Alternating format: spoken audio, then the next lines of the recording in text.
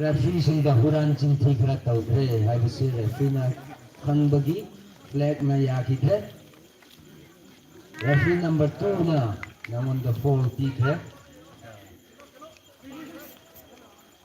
howjik bag number 6 Purauna khajilakpa left wing da khajilakpa ball ni sang na khajilaka ni lairamdagi out thokre howjik out throw si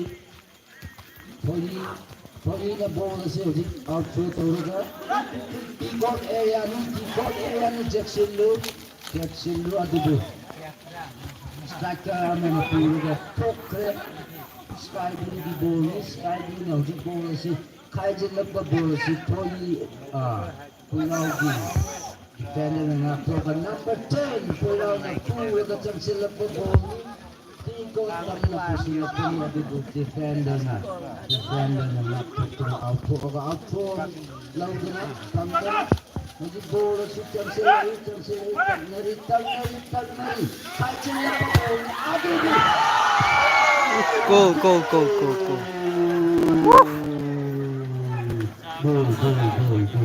Boy row 1. Result phung ni ne result phung ni. Bag number 15 Boyrow na goal asi Patcher hapchen grand goalkeeper na ngakpa ngambagi oramdre haibade distance to yam naknaga oikhibana maram oidina goalkeeper na ngakpa ngamhodaga goal changre adubu Thoi FC da Result phung ni leo tak le ne result phung ni. Are boy row ina TKL ji le. Pasap chanaba haubada ngairi aduna 1-0 ball si second haradasu hantokpa yaba ball ni aduna sanau tamnau ball aina yengada ani si soy dana goal si channa fidedra haibadi aidi asani Go. attempt tawbani adubu Naram now khulai naram ma. attempt adu mapa chumhau Naram ya ming hang lo. lucky yoraga outpokre Ki khu naw le. howjik defender na ball asi Thoi gi defender na sang na kausinaga howjik ball asi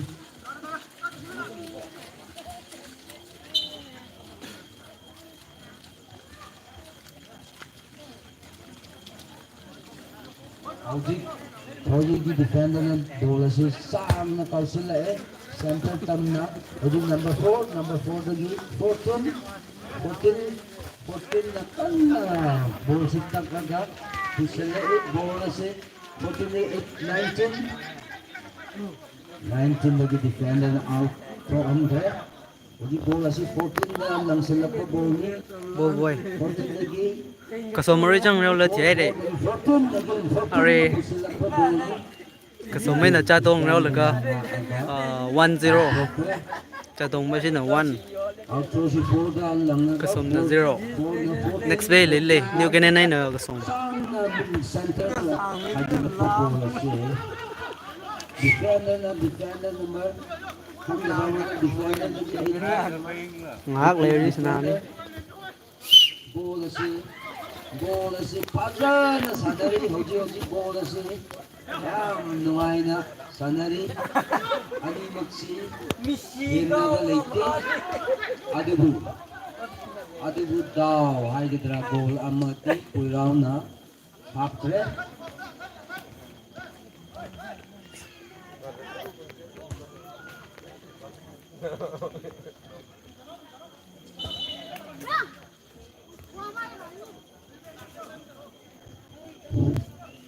Sige, tournament kami si Buffalo tournament.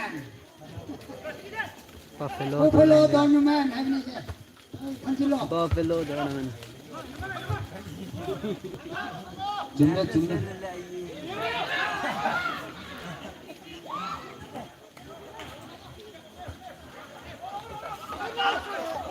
oh lagi yang di Mexico ꯊꯦꯡꯕꯒ ꯃꯈꯥꯔꯣꯝꯗꯁꯨ ꯅꯥꯟꯕꯒ ꯑꯗꯨꯃꯨꯛ ꯌꯧꯅꯤꯡꯉꯥꯏꯗꯤ ꯑꯣꯏꯗꯕꯅꯤ ꯑꯗꯨꯕꯨ ꯒ꯭ꯔꯥꯎꯟꯒꯤ ꯐꯤꯕꯝ ꯑꯁꯤꯅꯅꯤ ꯍꯧꯖꯤꯛ ꯒ꯭ꯔꯥꯎꯟꯒꯤ free ꯀꯤꯛ ꯑꯁꯤ number 6ꯅ ꯁꯥꯡꯅ ꯗꯤꯒꯣꯠꯇ ꯊꯥꯖꯤꯜꯂꯛꯄ ꯕꯣꯜ ꯑꯁꯤ ꯌꯦꯡꯁꯤ 오호. ꯍꯧꯖꯤꯛꯀꯤ goal ꯀꯤꯄꯔꯅ ꯂꯧꯈ꯭ꯔꯦ ꯐꯥꯈ꯭ꯔꯦ ꯍꯧꯖꯤꯛ ꯕꯣꯜ ꯑꯁꯤ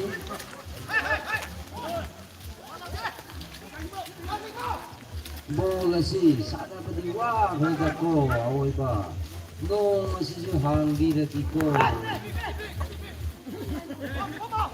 ꯅꯣꯡ ꯑꯁꯤ ꯍꯥꯡꯕꯤꯌꯨꯗ nung masisiko